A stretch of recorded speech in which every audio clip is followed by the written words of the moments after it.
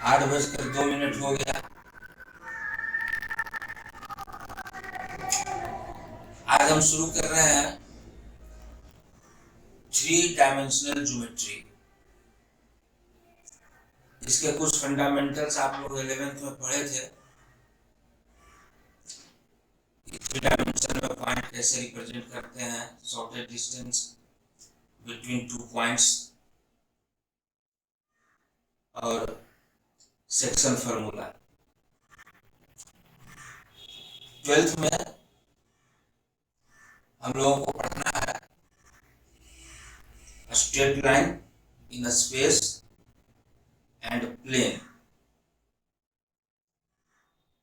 अभी PT2 में आप लोग का सिलेबस और 8 में लिख दिए थे अप टू स्ट्रेट लाइन आएगा।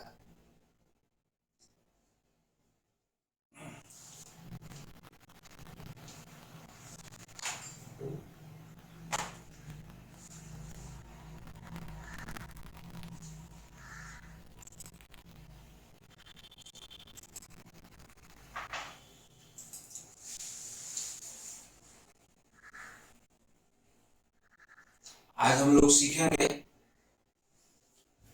डायरेक्शन कोसाइन, डायरेक्शन रेशियोज और इनके कुछ रिलेशंस।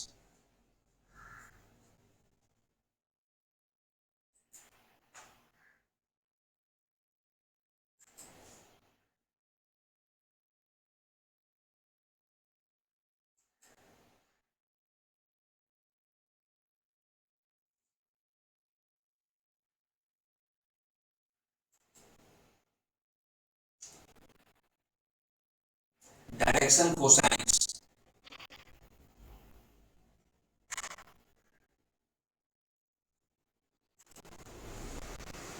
कैमरा ब्लर हो रहा है।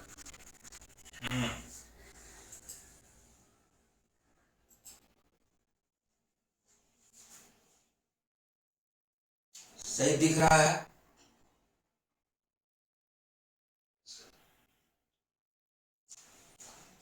लेट अ वेक्टर और लाइन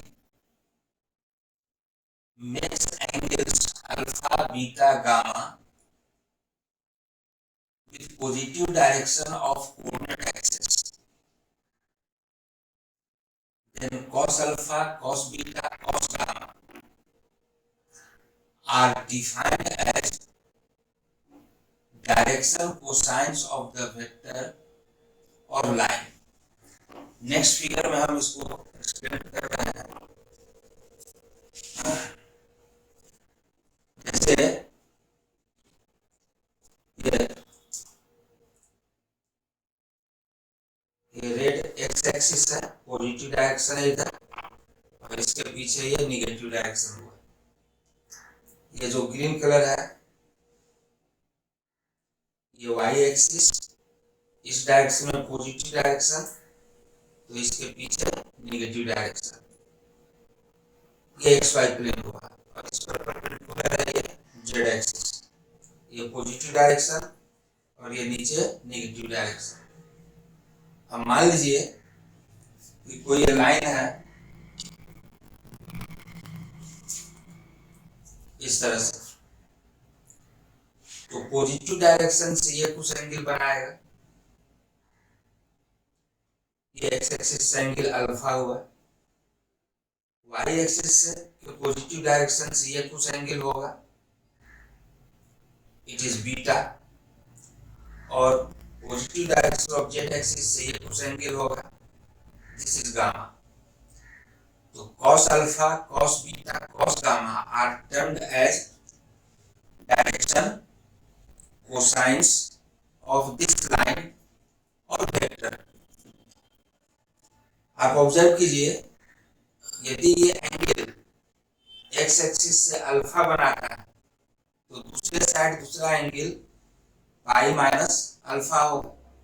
वही ये लाइन है। यदि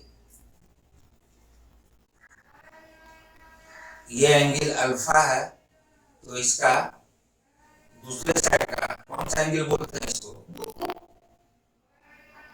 इस एंगल का एक स्पेशल नाम है, बोलिए। Supplementary angle. हाँ, ये पाई माइनस अल्फा होगा। तो एक्चुअली होता क्या था कि जब लोग 3 डायमेंशनल ज्योमेट्री में वर्क करते हैं तो लोग देखे कि जो एंगल है उसका कोसाइन हमेशा सिंपली एंगल नहीं आता, जो यूज होता है वो हमेशा कॉस के टर्म में यूज होता है। और इतना ज्यादा कॉस के टर्म में यूज होता है तो लोगों ने देखा कि क्यों नहीं एक सिंबल देते हैं जो बार बार cos cos cos cos cos alpha cos theta cos beta लिखते हैं। इससे बेटर है कि कॉस थीटा को सिंबल दे। इसीलिए कोई भी लाइन या वेक्टर ऑल द 3 एक्सेस से जो एंगल्स बनाते हैं, यदि अल्फा बीटा गामा एंगल है तो cos alpha cos beta cos gamma को स्पेशल नाम दे दिया गया डायरेक्शन कोसाइन, और इसको डिनोट करते हैं small letter l m n से। तो इससे फायदा ये हुआ कि लिखने में पढ़ने में समझने में सुविधा होने लगा। हर जगह cos alpha cos beta cos gamma लिखने से बचने लगे, उसके जगह एल एम एन यूज करने लगे। और यदि कोई लाइन एक्स एक्सिस से अल्फा एंगल बना रहा है तो इधर पाई माइनस अल्फा, तो यदि हम सप्लीमेंट्री एंगल लें पाई माइनस अल्फा पाई माइनस बीटा पाई माइनस गामा तो उसका कोसाइन क्या हो जाएगा, cos pi minus alpha minus cos alpha होता है।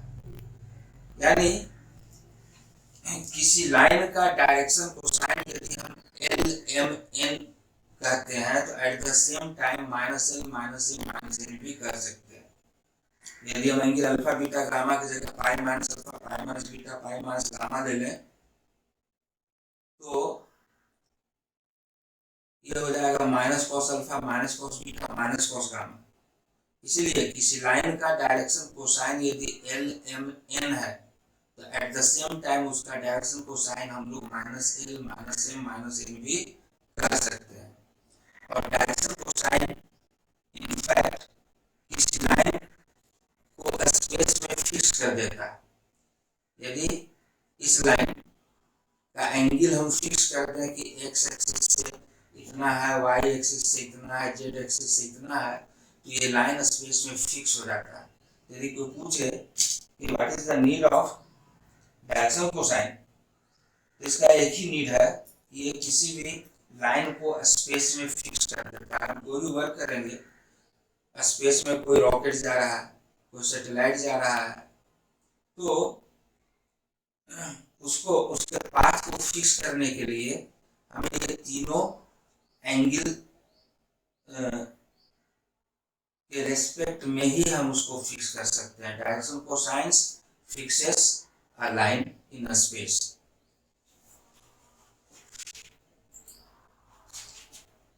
Direction cosines are denoted by LMN,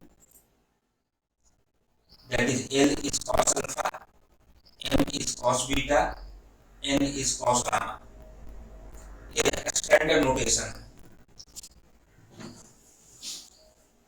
eight the same time यदि एंगल अल्फा की जगह पाई माइनस अल्फा, बीटा की जगह पाई माइनस बीटा और गामा की जगह pi minus gamma angle consider करें तो उस लाइन का direction cosines minus l minus m minus n भी हम लिख सकते हैं। यानी सेम लाइन का डायरेक्शन कोसाइन 1 2 3 है। किसी लाइन का डायरेक्शन कोसाइन मान लो 1 2 3 है, एग्जांपल ले रहे हैं, 1 2 3 होगा नहीं, कॉस का वैल्यू 1 से बड़ा नहीं होता है। तो उसी लाइन का डायरेक्शन कोसाइन हम लोग -1 -2 -3 भी कह सकते हैं। जरा सोचो तो एक्स एक्सिस का डायरेक्शन कोसाइन क्या होना चाहिए?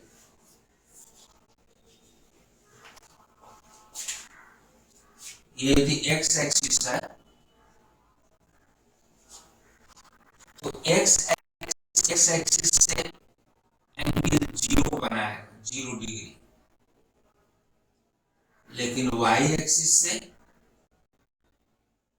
और जेड एक्सिस कितना बनाता है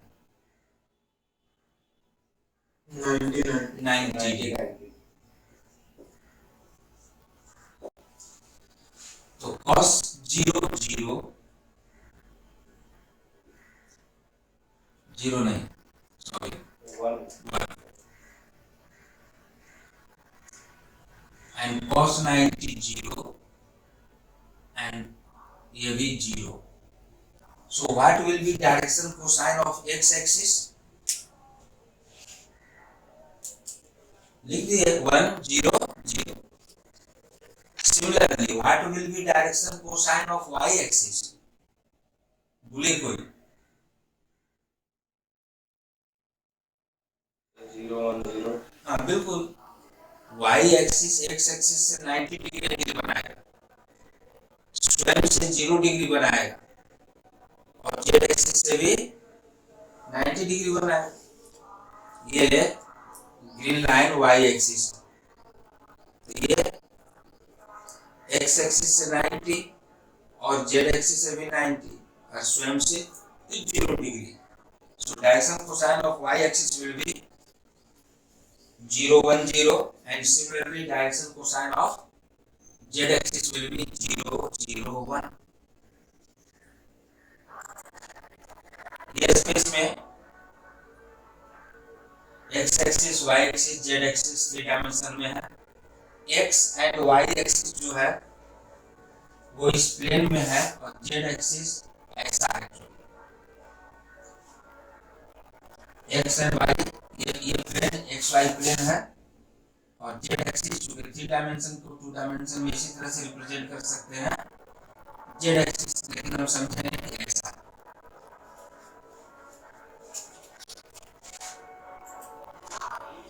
और AB is any line in a space, इस लाइन को पैरेलली हमने शिफ्ट किया इस तरह से कि ये ओरिजिन से पास करे। दूसरे शब्दों में हम इस लाइन पर कोई पॉइंट, एनी पॉइंट, ये line extended up to infinity in both the direction in a space, इसी लाइन पर कोई पॉइंट ओ ले लिया और x axis y axis z axis हमने ले लिया, या लाइन को पैरेलली हमने शिफ्ट किया इस तरह से कि उसका डायरेक्शन चेंज नहीं हो और वो ओरिजिन से पास करे। और ये लाइन एक्स एक्सिस से अल्फा एंगल, वाई एक्सिस से बीटा एंगल और जेड एक्सिस से गामा एंगल बना रहा है।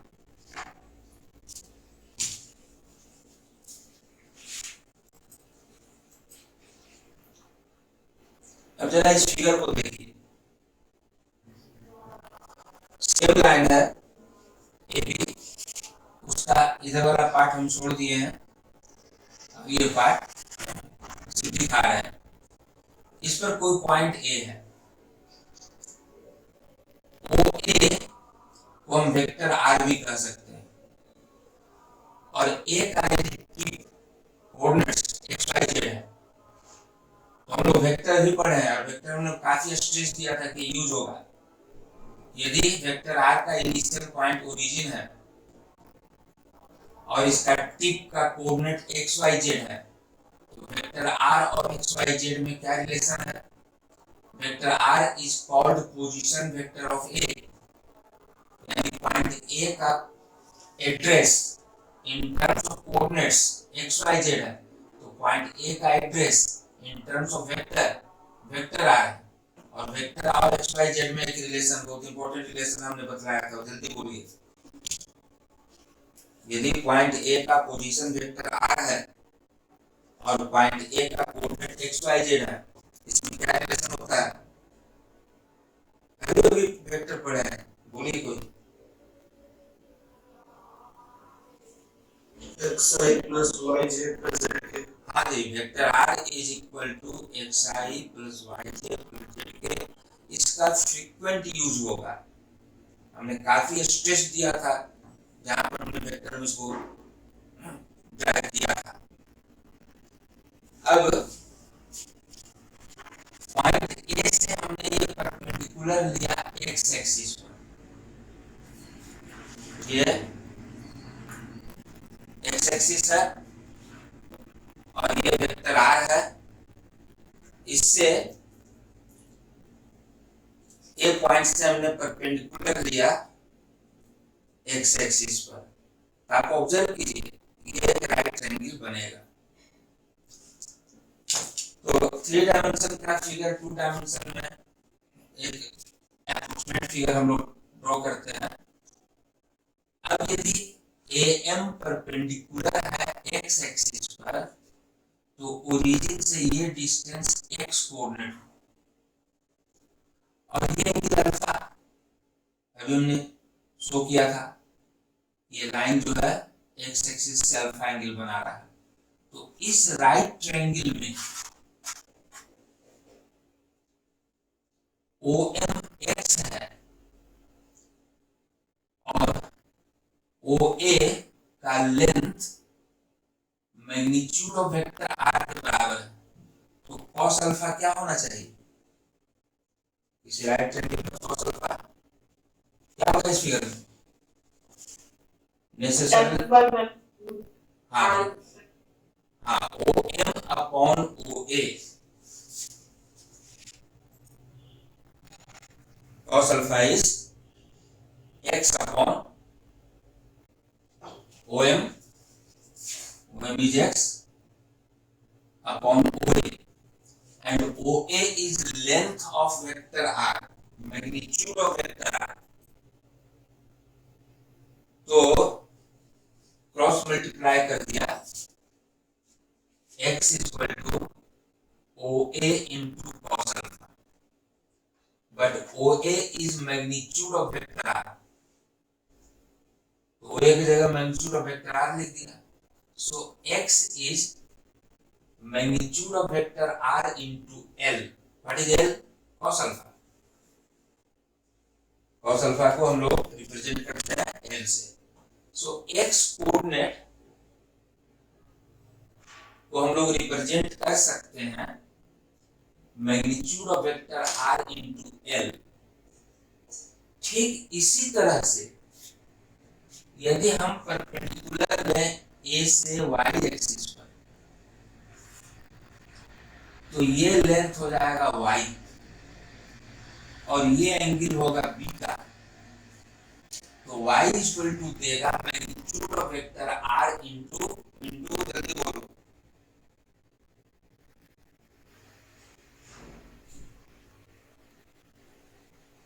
r वेक्टर इंटू, हाँ यहाँ cos अल्फा लिए थे तो L आया, यहाँ cos बीटा लेंगे तो M आएगा। So y will be magnitude of vector r into M.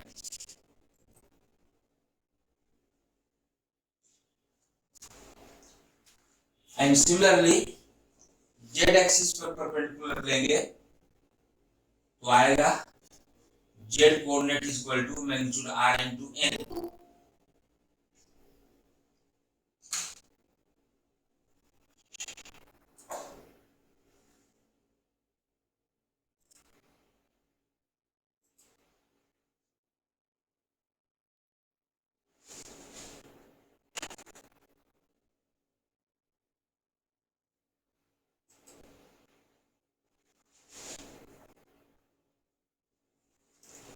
इसमें किसी को doubt? x is this much, y is this much and z is this much। किसी को डाउट इसमें? डाउट नहीं होना चाहिए। अब वेक्टर r का टिप का कोऑर्डिनेट x y z है तो ये रिलेशन होता है r equal to xi plus yj plus zk। अब x y z का वैल्यू जो पिछले स्लाइड में था वो यहाँ हम रख दे रहे हैं। x का वैल्यू रख दिया, y का वैल्यू रख दिया, z का वैल्यू रख दिया। अब देखो मैग्नीट्यूड ऑफ वेक्टर r तीनों टर्म में कॉमन है। मैग्नीट्यूड ऑफ वेक्टर r एक स्केलर क्वांटिटी है, इससे हम दोनों डिवाइड कर दिए। अब vector r divided by its magnitude is unit vector along the vector r और along that line,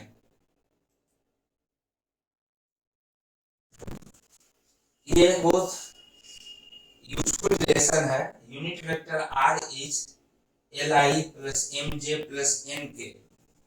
यहाँ से दो बातें निकलती हैं और ये थ्री डायमेंशनल ज्योमेट्री में काफी यूज होता है। पहली बात, यदि कंपोनेंट्स डायरेक्शन कोसाइंस हैं, किसी वेक्टर का कंपोनेंट्स यदि डायरेक्शन कोसाइंस हैं तो वह वेक्टर यूनिट वेक्टर होगा। कन्वर्सली, यदि कोई यूनिट वेक्टर है तो उसके कंपोनेंट्स डायरेक्शन कोसाइंस होंगे। हमने क्या कहा, किसी कोई डाउट तो बोलो। सर एक बार रिपीट करिए तो प्लीज। हाँ जी,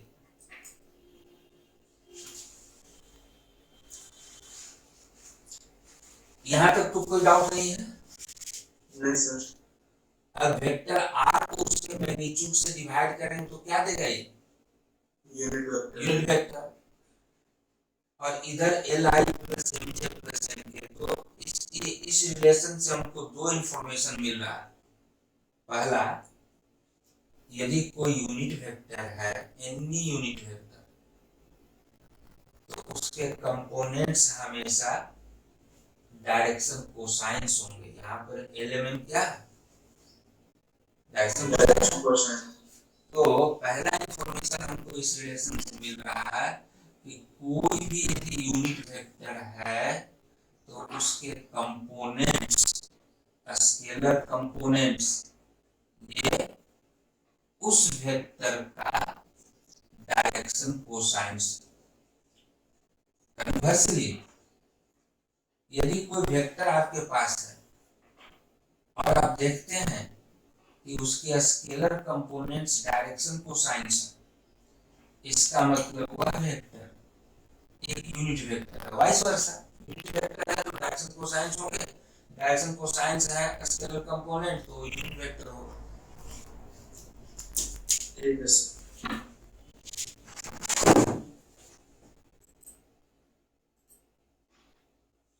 If L, M, N are direction cosines of a vector R, then R is unit vector R is this. अभी हम एक्सपीरियंस की बात होगी। If coefficients of I, J, K are direction cosines, then it is a unit vector and vice versa.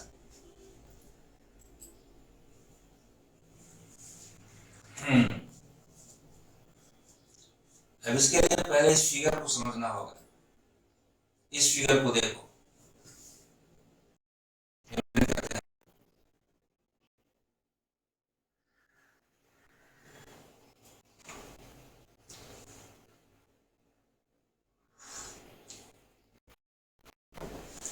पिछले case में जो हमने vector लिया था,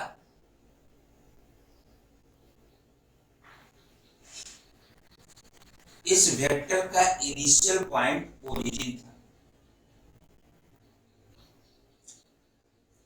तो हमें ये रिलेशन मिला था,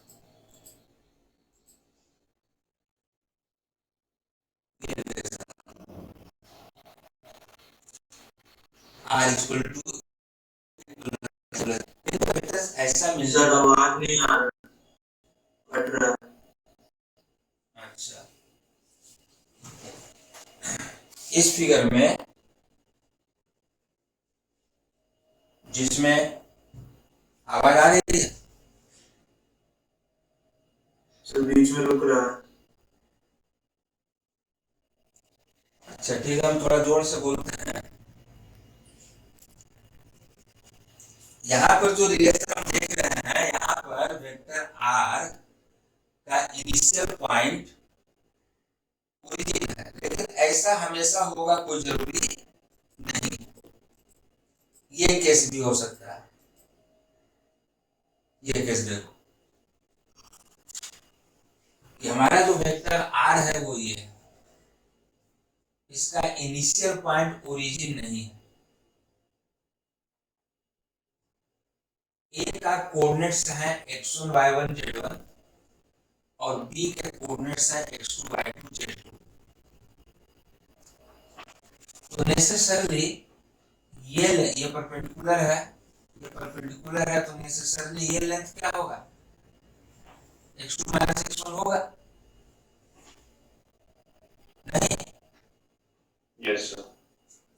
अब यहाँ फिगर में हमने नहीं ड्रॉ किया है, यहाँ से एक परपेंडिकुलर यदि ऐसा लें तो इसका लेंथ क्या होगा, x2 माइनस x1 यही होगा। अच्छा, अब यदि ये लाइन एक्स एक्सिस से अल्फा एंगल बना रहा है, तो यहाँ पर यदि हम ये परपेंडिकुलर लेते हैं तो ये एंगल कितना होगा, वो भी अल्फा होगा। तो इस राइट ट्रायंगल में, इस राइट ट्रायंगल में यह परपेंडिकुलर है, इस राइट ट्रायंगल में cos अल्फा देगा x2 minus x1 upon A B, cos alpha x2 minus x1 upon A B. ठीक इसी तरह से परपेंडिकुलर हम ड्रॉ करें y एक्सिस पर और z एक्सिस पर।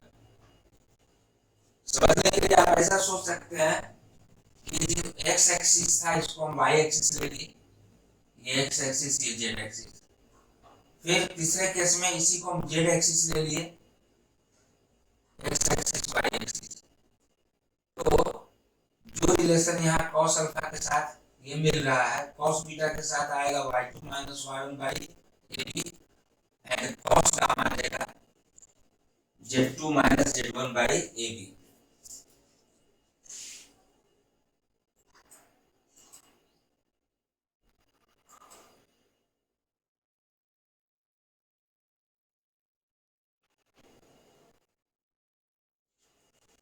तो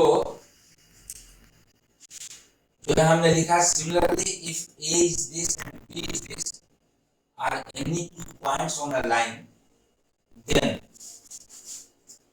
cos alpha that is L का वैल्यू ये होगा, cos beta denoted by m का वैल्यू ये होगा and cos gamma denoted by n का वैल्यू ये होगा।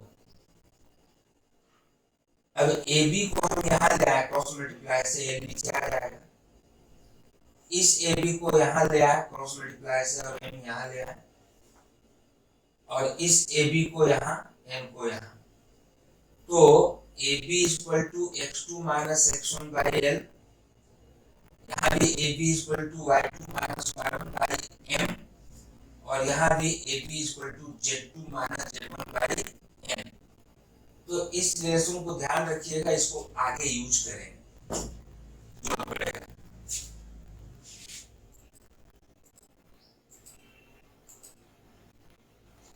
If L, M, N are direction ratios of a line, then L square plus M square plus N square is 1। बहुत important relation है three dimensional geometry का, बहुत simple proof है। Proof से हमको बहुत ज्यादा मतलब नहीं है, रिलेशन याद रहना चाहिए, प्रूफ बहुत सिंपल है।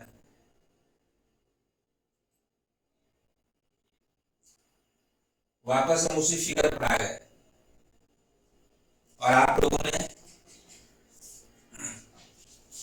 ये cos alpha this by this, cos beta this by this, cos gamma अभी देखें।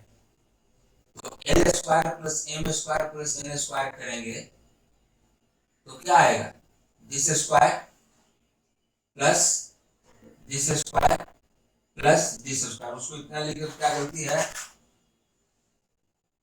वो स्क्वायर एलसीएम हो गया तो ऊपर में क्या आएगा, x square plus y square plus z square.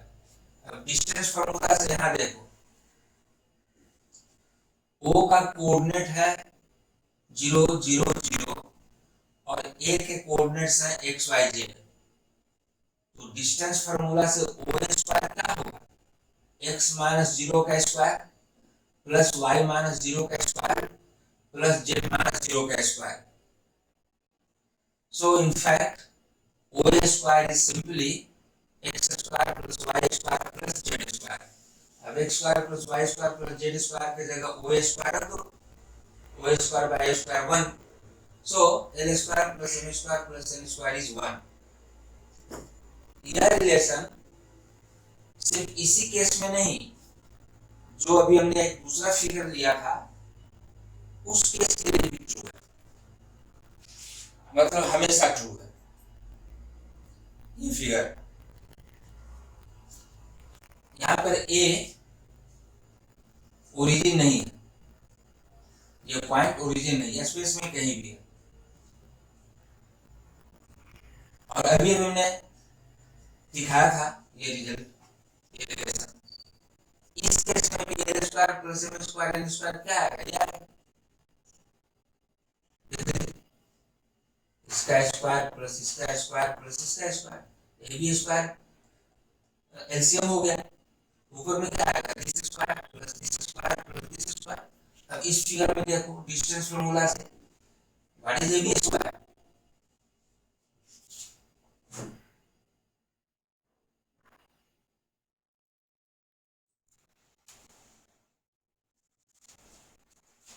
Distance formula से ए बी स्क्वायर क्या होगा, x2 minus x1 का square plus y2 minus y1 square plus z2 minus z1 square, वही तो है। So x2 minus x1 square plus y2 minus y1 square plus z2 minus z1 square is ab square, तो ab square by ab square 1. So in all cases this relation will hold, l square plus m square plus n square is 1. बहुत लोग बहुत late आए, जबकि हमने कल message डाला था कि 3 डायमेंशनल ज्योमेट्री हम शुरू कर रहे हैं। आपको खुद क्यूरियोसिटी होना चाहिए था कि नया चैप्टर है, नई चीज है, शुरू से रहेंगे तो बातें समझ में आएगी। बिल्कुल फंडामेंटली बता रहे हैं, फिर भी हम देख रहे हैं 4-5 लोग काफी लेट आए। क्या हो सकता है कुछ प्रॉब्लम हो, टेक्निकल फॉल्ट हो, हमें नहीं पता है। फिर इसका वीडियो हम डाल देंगे आप लोग के रेफरेंस के लिए।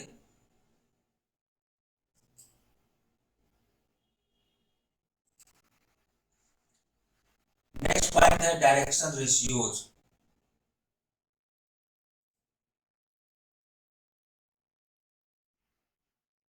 जैसा कि नाम से ही पता चलता है, direction cosines and direction ratios.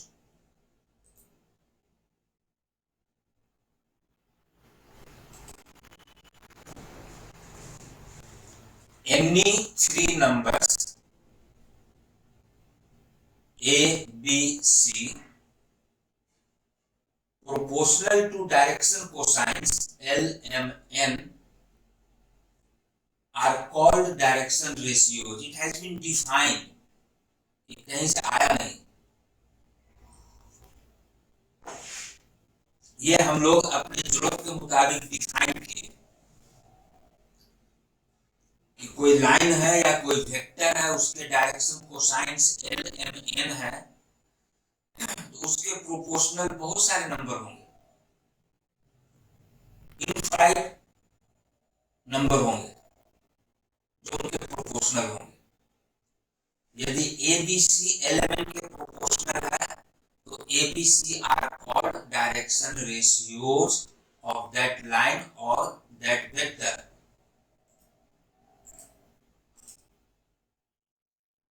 Thus, if L, M, N are direction cosines of a vector or a line, and A, B, C are its direction ratios, then by definition ABC element के proportional है,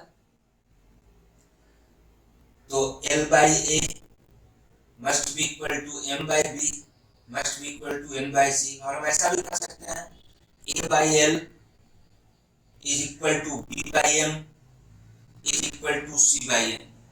एक ही बात, if A, B, C are proportional to direction cosines element, then ABC are called direction ratios of that line or that vector. बोले किसी को doubt इसमें? Sir एक और बार ये नहीं समझ रहा। हाँ क्या? ये कैसे बोल रहे थे आप? ये तो डिफाइन कर रहे हैं। यदि ये स्पेस में कोई लाइन है और इसका डायरेक्शन कोसाइन मान लो है 1/√3, 1/√3, 1/√3, ये मान लो direction cosine. Any three numbers proportional to these three means direction cosines are called direction ratios of this line or this vector. अब जरा देखो तो इसके प्रोपोर्शनल हम थ्रू आउट √3 से मल्टीप्लाई कर दिए। हमने थ्रू आउट इसको √3 से मल्टीप्लाई कर दिया तो 1:1:1। ये नंबर्स इसके प्रोपोर्शनल है। हम जो है लिया 2:2:2, 10:10:10।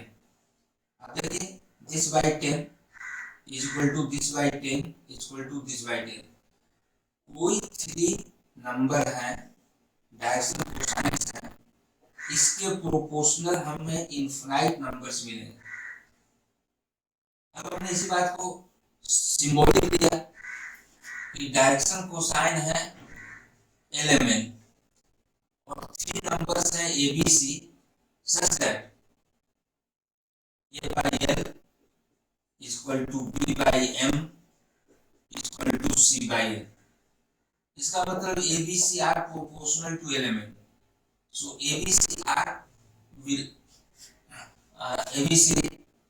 will be called direction ratios of that line। LMN direction cosine हमेशा फिक्स्ड हो। कोई लाइन है वह एक्सेस से फिक्स्ड एंगल बनाता है, अल्फा बीटा गामा फिक्स्ड होता है, तो direction cosines of a line are fixed. हाँ दो होगा लेकिन वो दोनों एक ही है, जैसे L M N या -L -M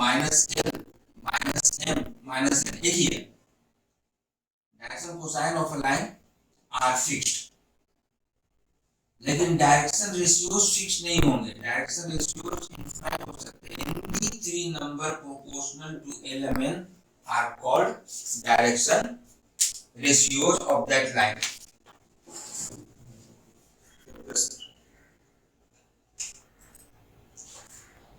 अब देखो ये रेशियो एंड प्रोपोर्शन का एक प्रॉपर्टी है।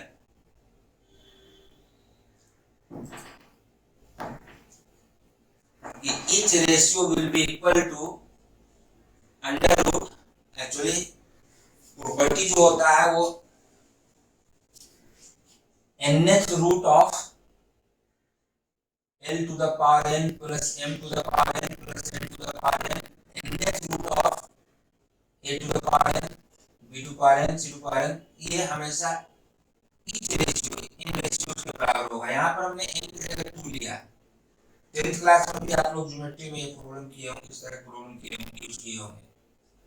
यहाँ कुछ नहीं मतलब 2 है, यहाँ 2 लिए, यहाँ यदि आप 3 लेते हैं तो 3 3 3 3 3 3, तो आप देखेंगे कि ये रेशियो हमेशा के बराबर होगा। ये रेशियो प्रोपोर्शन का प्रॉपर्टी है। So each ratio is equal to this much. और अभी हम लोगों ने देखा L² + M² + N² 1 होता है, तो इसका न्यूमरेटर हो गया 1। सो L by AB इसके बराबर, M by BB इसके बराबर, N by CB इसके बराबर। तो यहाँ यह बहुत ही वेरी वेरी यूजफुल रिलेशन है, क्योंकि इसके हेल्प से यदि डायरेक्शन रेशियोज गिवन है तो डायरेक्शन कोसाइन निकाल सकते हैं। L by A is this, so L is A upon this. M by B is this, so M is B upon this. N by C is this, so N is C by this. यानी ये बहुत important relation है, direction ratios आपको given होंगे और direction cosine इस relation से हम लोग निकालते हैं। इसको शॉर्ट में हम लोग मैग्नीट्यूड बोलते हैं, इससे भी डिनोट करते हैं। समेशन सिग्मा ए स्क्वायर का मतलब है मैग्नीट्यूड, और इसका पूरा फॉर्मूला ये। तो यदि ए बी सी गिवन है तो एल क्या होगा, a upon its magnitude, m होगा b upon its magnitude, and n होगा सी अपॉन इट्स मैग्नीट्यूड। और ये बहुत वेरी वेरी इंपॉर्टेंट रिलेशन है।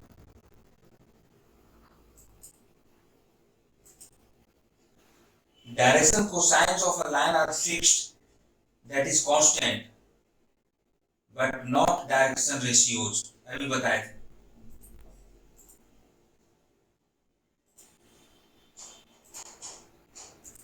ये हम लोग देख चुके हैं।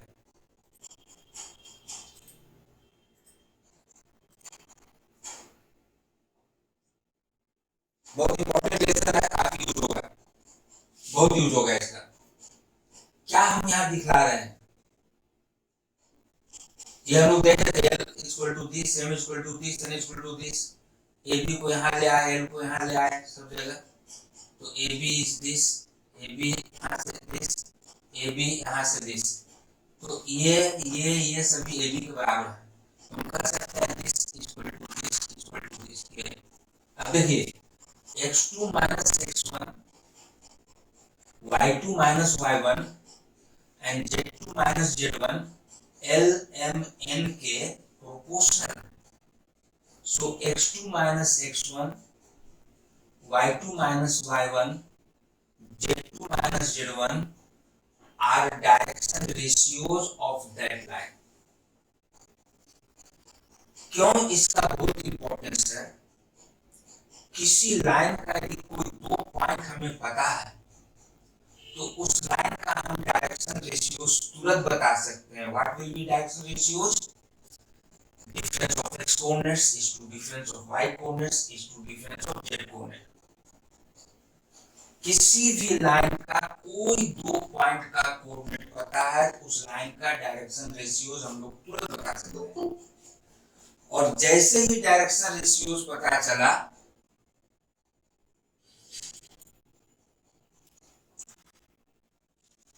हम उस लाइन का डायरेक्शन कोसाइन बता सकते हैं। अभी पढ़े हैं, यदि direction ratios a B c पता है तो डायरेक्शन कोसाइन हम लोग बता सकते हैं। तो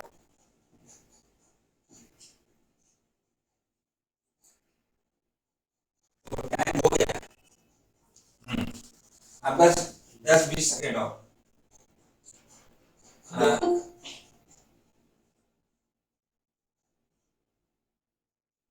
यदि किसी लाइन का दो पॉइंट पता है तो डायरेक्शन रेशियोज मिल जाएगा, डायरेक्शन रेशियोज मिल जाएगा तो डायरेक्शन कोसाइन मिल जाएगा।